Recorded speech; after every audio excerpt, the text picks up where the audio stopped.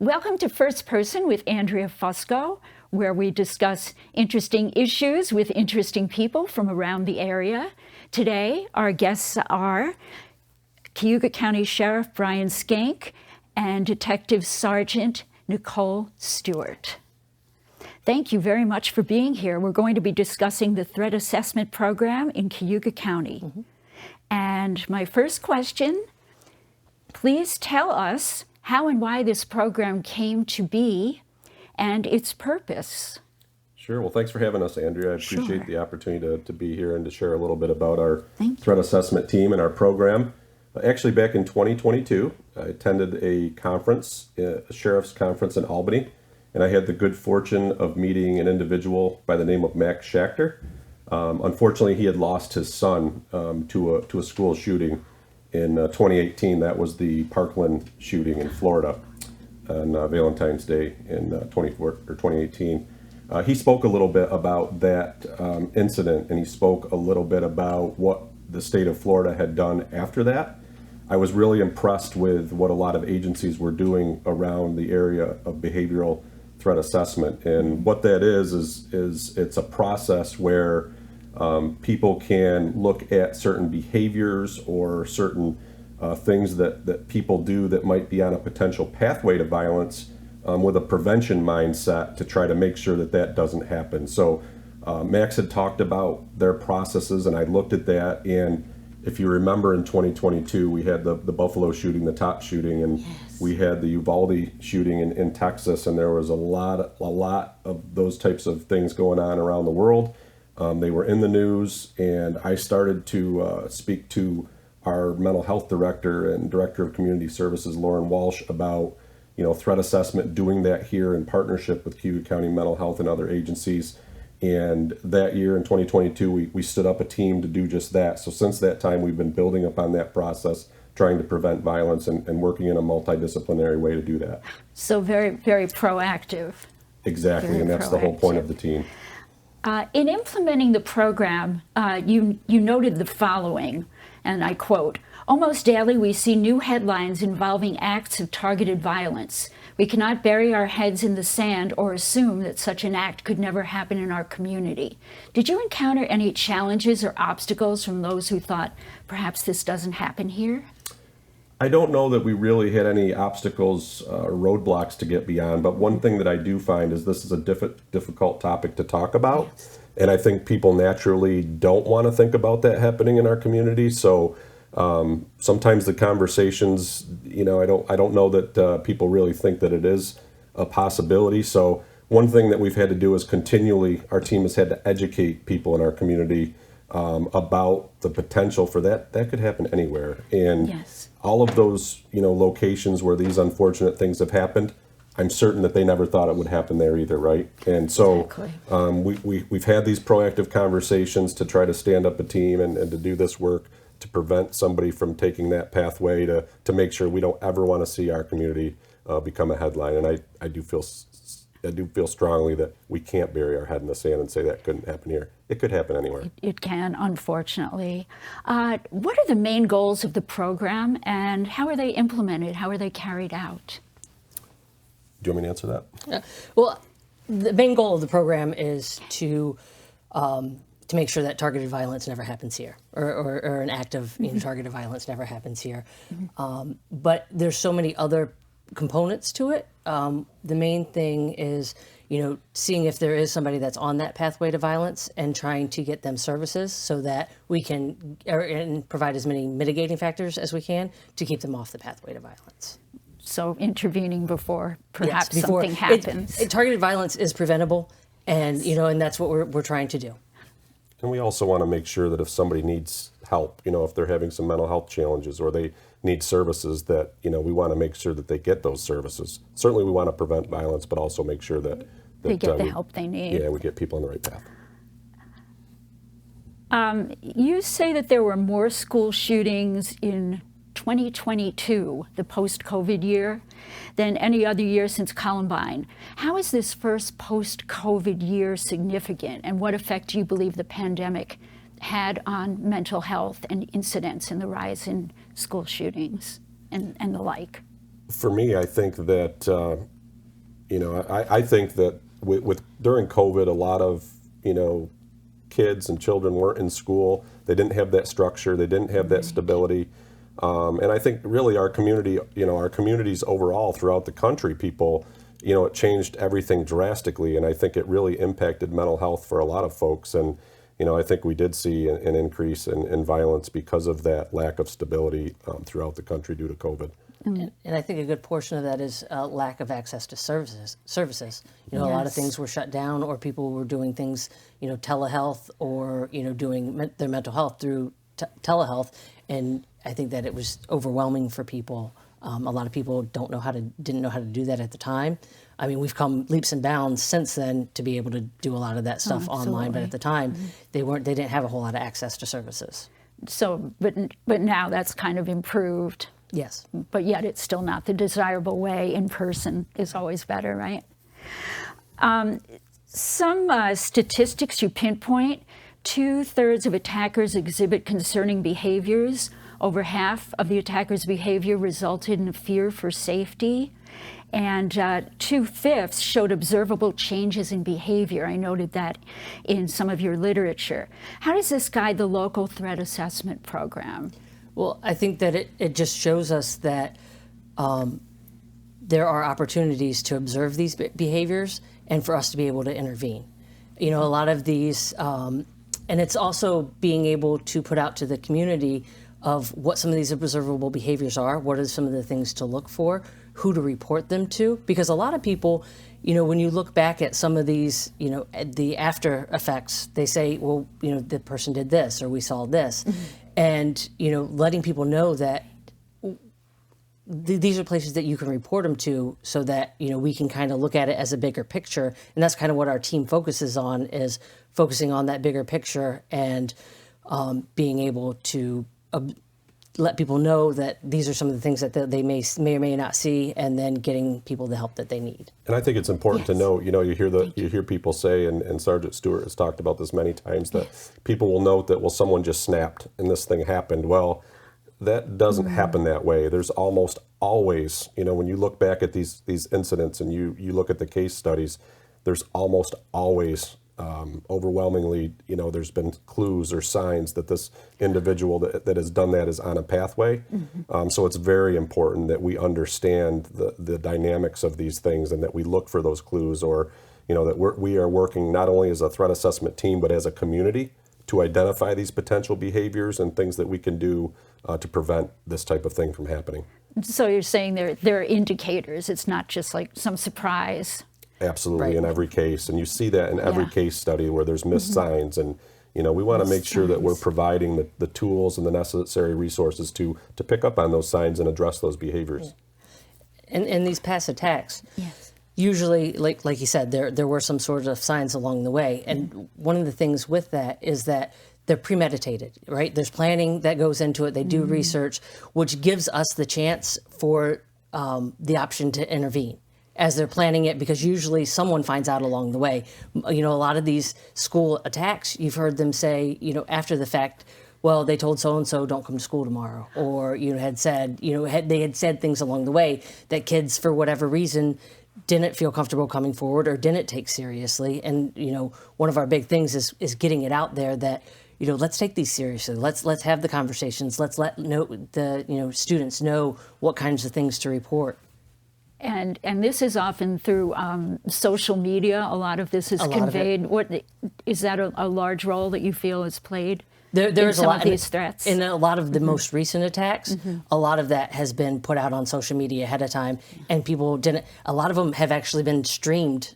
Some of the attacks have been streamed, or there were a couple of them where just recent ones where they actually went into the bathroom ahead of time, took a picture of a sign that they were doing something with their hands, a sign with their hands, and posted something just before they went out and did the attack. And so, some of them have been completely live streamed. Some of them put their manifestos online ahead of time. And these are all observable things that, if people see them, hopefully they can report them and we can do something with them ahead of time. Yeah, because while that can be, thank you. It's because while that can be concerning that they're filming themselves, it also helps in tracing the process. Right. and maybe getting to it before it happens. Absolutely. Absolutely. And one of our goals, and we appreciate the opportunity to do, things like this, but one of our goals moving forward is to continue educating people in our community about the fact that if they're seeing these things, law enforcement or mental health or the different partners we have may not see somebody's social media feed, but if there's, a parent or a teacher or a friend that happens to notice something on social media or in some other, platform or way that looks concerning, we want to provide ways for people to report those things so we can partner with our entire community, to address these things. So it helps to have some kind of evidence. Right. Okay, thank you.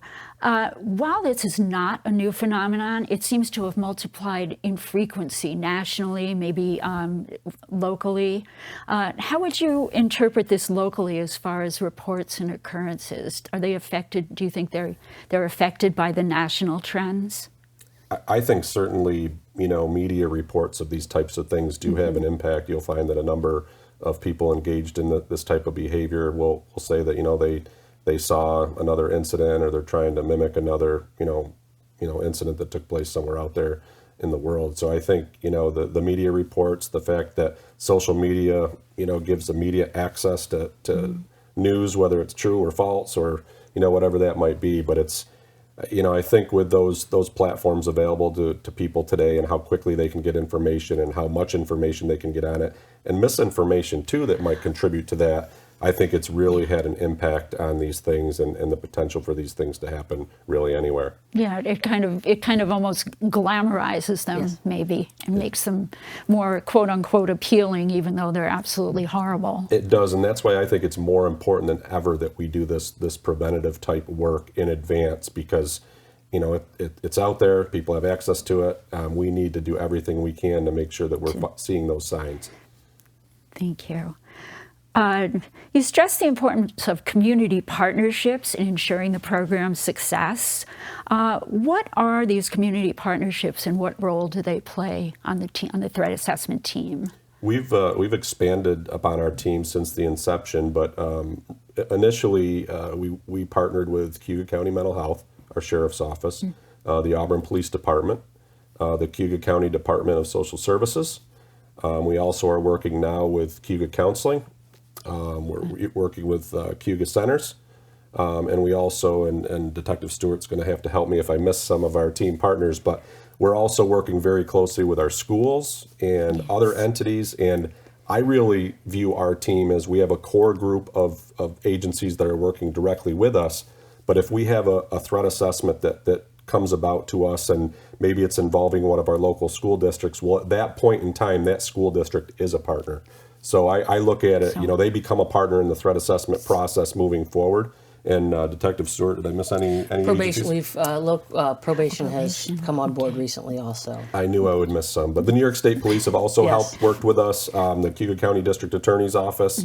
Just depending on the case and the dynamics, we'll have different people or organizations or people that will come out and work with us. Oh, absolutely. And I'm sure it's always evolving and maybe you find, another agency would be of help and I'm sure that's how that goes. Case by case. Yes. If we need to bring in, somebody from CPS or maybe Office for the Aging or something like that, or from the Humane Society or something along that lines, we would bring them in for specific cases. Thank you. There have been, I think in your literature it said 150 referrals since the team's inception. How does this speak to the program's success? And also, how does it kind of gauge the future? I think that it shows that there's definitely a need for it. Yes. A lot of these that we get, a lot of them are transient, or so they, it's something where they're not very. We take a look at it. It's somebody that maybe it's a kid saying, that's upset, and they're in the moment and they're making this threat, And so that's something that we look into and, see if it's something we need to follow up on, whether we need to go through the full threat assessment process. But I think it also speaks to how our team is getting out there and people are seeing the growing need. When we first started, we partnered with the schools and we would get just a few here and there. We'd get some here and there for adults also. But as time goes on, this last quarter we had 17 that came through. And that's, in a 4-month period. That's and so, it's definitely, it shows that there's a need for it, but also that our partnerships are working, that people, and they trust our team to give us the information. And we're getting out there to, more people are reporting things because they feel more comfortable knowing where to report, knowing the type of stuff that, that they're seeing to report. And so trust is a key factor. Trust is a huge factor. And I think that we found that a lot through our teams and in working with partners with the schools. I think that the schools are trusting us more. I think some of the families are trusting us more as far as, we go out, we do a lot of follow-ups on these. Our department will go out, the sheriff's office or Auburn Police will go out and follow up on these. And, at first you kind of get met with maybe a little bit of resistance, but I think the more that people learn that we're not out there, this is not a punitive thing. Like that's not what we're trying to do. We are trying to make sure that each individual is safe and that our community is safe as well. And that's, honestly, that's the basis for everything that we do is trying to keep everyone safe and get people the help that they need if they need it. And I think, when you hear that number, you think, wow, that's a lot of cases. Fortunately, the majority of those cases are transient, but there are some that are very concerning, some that we've worked on for a long time and stayed engaged with this individual and their family for quite some time. So we can never measure what we prevent. You just can't measure that. But, we're hopeful that we are preventing, and I'm certain that we're preventing violence in our community. And when I look at some of the cases that we've had to address, very concerning cases that had we not been involved, that, I don't know what these individuals would have done. So. Absolutely, and thank you for bringing that up, because it is hard to measure, I'm sure, the what you prevented, but yet just knowing from the reports and the way that things evolved. Sure, and it is nice to see, it's there are folks that we've worked with that get on a good path, and you see them, start to go down a successful path. I think we can measure that success, but so that's rewarding to see that. I was just going to say that's got to be very positive and rewarding, but all right, let's see. In your literature, you also address and outline a system of care pertaining to juvenile processes. Please speak to this and describe what it entails, because I notice a lot of these deal with students and younger people. Not all of them I know, but a lot of them do. A lot of it stems, a lot of these that we get, when we get a threat assessment, a juvenile threat assessment, a lot of times we will ask the family or the schools to also file a FAST referral, which is Family Access to Services team. And so that's really where the system of care comes in, because there are so many different agencies and so many different entities that work together to try to get these kids the services that they need, whether it be through Cayuga counseling services, whether it be through restorative case management through Cayuga centers. There are just a lot of different services that we have in the area that partner together to see what's the best route that we need to take for this person. What are the services that we need to get them, and all work together to do that.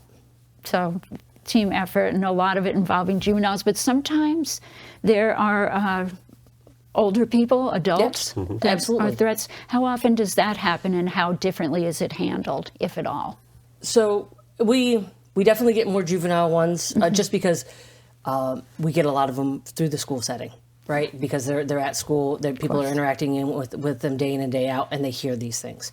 A lot of times the adults, you don't hear them as much. And I think part of that is not that it doesn't happen as much, but I think that, we also need to do a lot more outreach to our businesses in the community to say, this is our team, this is what we do, these are the kinds of things to report. But we do have the adult process, and so the adult, it's still the same thing though. We try to get them services, any services that they need, whether it's connecting them to mental health, whether it's connecting them to DSS. Generally, when we look at somebody who makes some sort of threat, or somebody that we do a threat assessment on, usually it starts with a grievance, right? So we try to figure out what that grievance is. We try to figure out, is there some way we can help them with that grievance, as a team, whether it be something through mental health, or maybe their grievance is, that they're upset with the system because they're homeless, or whatever it may be. And we try to partner them up with DSS to get them those services that they need, so that we can that's one of the things that we can mitigate. So looking for kind of the root cause. Right. That's a key.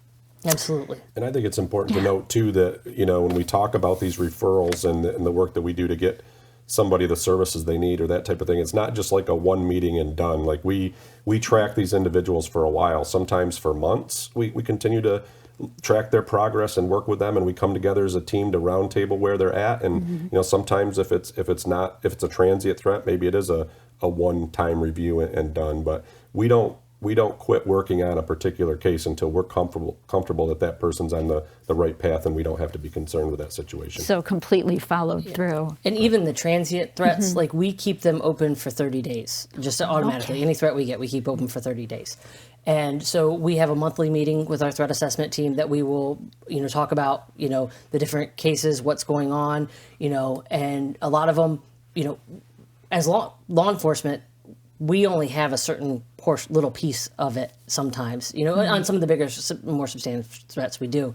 But a lot of it is the partners that, Cayuga Centers, Cayuga Counseling Services, and Cayuga County Mental Health, like they'll be involved with it a lot more than but we still discuss it as a team, and talk about okay, yep, they're working, we're working with them, they're whatever it may be, whatever services that they're getting, and so we'll we kind of pass it off to them, but we still discuss it as a team. And the strength of that is that each of you have your own areas of strength, so it all comes together that way. Yep. Once a threat has been dealt with, processed, and next steps determined, which we were just talking about, there's also a post-threat follow-up process. Can you talk about that a little more? Absolutely. And so it's different for adults and the juveniles. Right.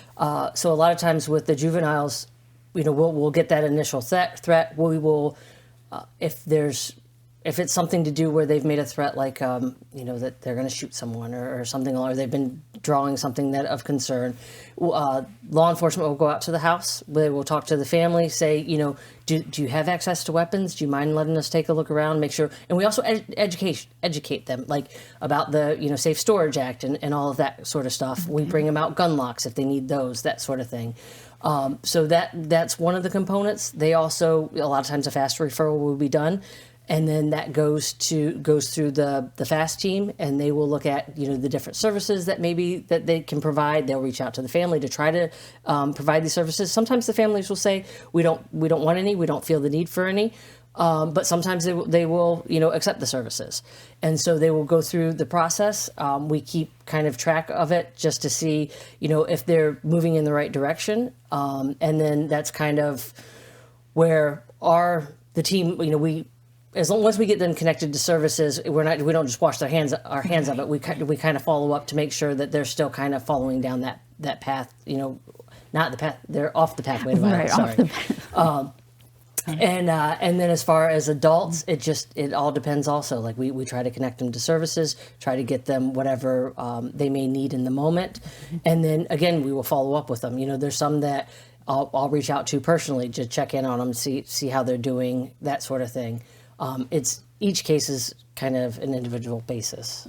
But it seems like the personal connection is a very key element. Is that so? Right. Oh, absolutely. And a lot of it, we lean on our partners for that. Yes. I can't talk highly enough about the partnerships that we have. And we can call up any one of those any day. And then the same goes for they can call us and say, hey, this is what we're working with. What's your input? What are your thoughts? That sort of thing. And it's great to have those connections. Very important. For long-term behavioral change, there's, I think, what you called a restorative case management process. Could you discuss the specifics and strengths? So that's not something that I'm as well versed in. Cayuga Centers, they're one of our partners. Okay. And so that's more another area. Yeah. Okay. Yeah, but they will follow up with the families. They'll do check-ins. I think It's like early on, it's a lot of times they'll be there like twice a week. They work with the juvenile as well as the families themselves. I think that's what's key is they partner with the family to work on the situation as well. It's not just a counseling session for the child or whoever's involved with that particular case. It's the whole family dynamic, and trying to help that them cope with whatever challenges they're dealing with in the home and move them in a positive direction. But I want to echo what Sergeant Stewart said about just the incredible partners we have, not only Cayuga Centers, but all of our partners, mental health, and all the entities that we've named. They just do incredible work, and the multidisciplinary process, it really has some value, and it's just great to be able to work with our partners that see the value in this program that we do, and to work together to make positive change in these cases. Thank you, because I'm sure a lot of those are very sensitive areas, and you might encounter some resistance initially, and that personal touch just helps things along, I think. Absolutely, and with the goal of stopping violence, who doesn't want to make sure that we do that, right? Preventing violence. So, we work very closely together, and sometimes it's difficult and challenging when different entities are sharing information or trying to work on things. But I think with us having the same goal in mind and the good relationships, it really goes smoothly and works well for us. Good to know. In general, how would you say that we've touched on this a little bit, but how would you say the threat assessment program is working? Have you seen changes for the better, and what can be improved upon? I can speak initially to that. I think that it's been very well received in certain circles, as far as like some of our school districts initially were on board right from the start. Good. We've seen other school districts since we've started start to come on board more often, and I think Detective Stewart spoke to this, but we're seeing more referrals from some of the districts. We're starting to see, as we move forward and people have seen the success with some of these cases, we're getting more people in our community and other organizations to reach out and let us know about certain behaviors or challenging situations that the team might be able to help with. But moving forward, it's my hope that we can continue to educate and get more people involved in the process and understanding what clues that might be there that somebody's on a bad path. And I think it's important for the community at large to know that if you see something, or whether it's on social media, or somebody makes a threat, or you hear something, or call your local law enforcement agency. We have an app online, the Safer Watch app, that can be downloaded from our website or the app store, where somebody can make an anonymous report if they see a disturbing thing that gives them that gut feeling like something's wrong here, something needs to be done. Yeah. We want that information. Tips can be emailed to us. We do have an anonymous process too, where people can do that. So, we just want to continue moving forward, continue educating, and we want that partnership from our community members. That's good to know, because a lot of times, especially the anonymous, because a lot of times people are afraid to give their names for fear of retaliation. Is that correct? They are, and I always stress the fact that, never be afraid to send that anonymous tip. You're not wasting our time. We want that information, because if it winds up being, something that isn't useful, we're glad, right? That we looked into it and it's not something we're concerned with. But maybe that tip could be the one that saves, something very, very bad from happening. But if somebody has that gut feeling that this doesn't feel right, something's wrong here, I think I need to tell somebody. Probably reach out and make that report. And what message do you have for community members in helping them to ensure their safety and that of others? So I think by working together as an entire community, and making sure that, we're watching out for these potential clues or this concerning behavior. If we're getting those reports and that's coming to our team, whether it's law enforcement or mental health or anybody on our team, we're ensuring that we can, create as safe a Cayuga County as we possibly can, right? So it's not just our job in law enforcement to go out there and make sure these things don't happen. It's the responsibility of our entire community. So I think if we address it that way and look at it that way, and everybody understands that they can play a part in that, you see something on social media, or you hear that threat, or whatever the case might be, and if you report that, then we're all doing the best that we can to ensure our safety. And I just want to add that, Yes. and I know I said it earlier, it's something that is preventable. And as long as, people are doing or bystander reporting, see something, say something, and just to kind of echo what the sheriff had said, we have these different ways that people can report. They can call the 911 center. They can, do the different apps. They can do whatever they need to do. But if we don't know about it, then we're not able to do anything with it. And we certainly don't want to create fear or panic, right? That's not our goal, Yes. because that's the last thing that we want to do in the community. But we do want to have these conversations because, we see what goes on out there in the world, and we want to make sure that we're doing all we can to prevent that here. We never want to be a headline here. Well, some very excellent information on a very important program, the Cayuga County Threat Assessment Program. Thank you very much to Sheriff Schenck and Sergeant Stewart. Appreciate having you here this afternoon. This has been Andrea Fusco for First Person. Have a good evening, and we'll see you next time.